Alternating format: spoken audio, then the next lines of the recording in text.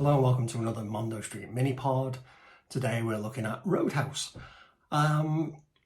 Think a couple of things worth mentioning first. I don't think this is a remake, this is more of a reimagining. There's enough subtle differences in the storyline to make it something slightly different. I think what else you should look for as well, this is a Doug Liman film. Now with Doug Liman films you always get good action, good fighting scenes.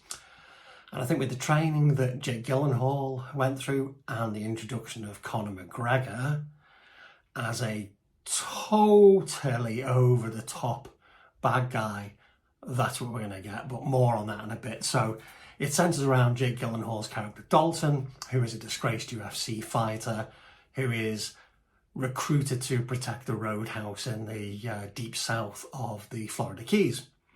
He's protecting it from the local goons, the renter mob, who are working for this rich, evil family who want to clear the area so they can have a new resort there.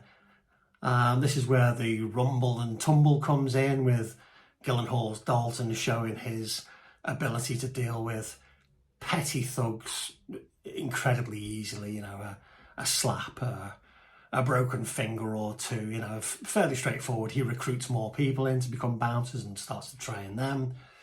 And then we have a couple of other characters that float around.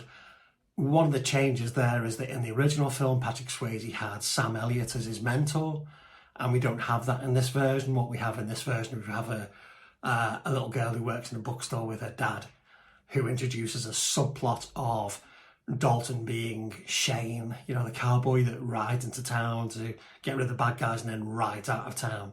So we have that subplot going on there as well. The bad guys are obviously not happy that they can't get rid of Dalton, that they can't take over the Roadhouse. So they decide to bring in Connor McGregor's Knox. Boy, oh boy, did Connor McGregor have fun doing this. He was obviously told to think back to some of the press conferences he's done as a UFC fighter and just remember some of the crazy antics he did. He is so over the top that you don't know which way around you are. Are you at the top? Are you at the bottom? Are you sideways? He's just chewing every piece of scenery, spitting it out, chewing it again, and spitting it out and chewing it again. He's great. You know, he's not an actor. Not by any means, but he's a presence on screen, which the moment you see him square up against Jake Gyllenhaal's character, you know there's going to be an equal adversarial match there, which is really good. It's also worth noting as well that there's a very small, almost blink and you miss him part for Post Malone at the beginning.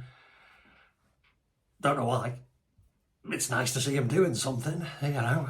It's not as if his music career is suffering, you know, but he's there. But it is this central battle between Conor McGregor and Jake Gyllenhaal which really drives the film along.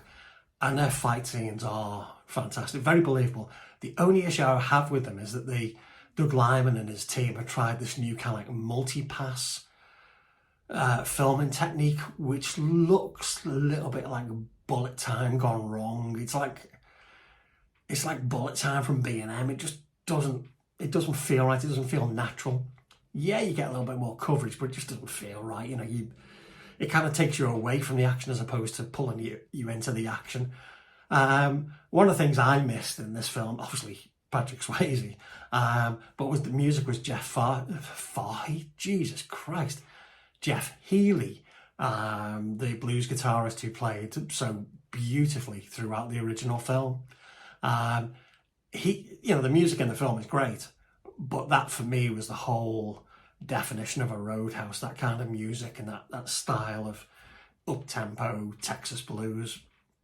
All the money's on the screen, as you'd hope for. It's a big dollar production. There's lots of laughs, lots of cracked bones, there's lots of punches thrown, and I think the end is, it's a decent enough payoff. I don't think it has the emotional resonance of the original payoff with Swayze and the bad guy. I just don't think it suits the character as well in this version, but it ain't bad. So, you know, it's a good film. It's dumb fun, and you know, here we'd like a bit of dumb fun.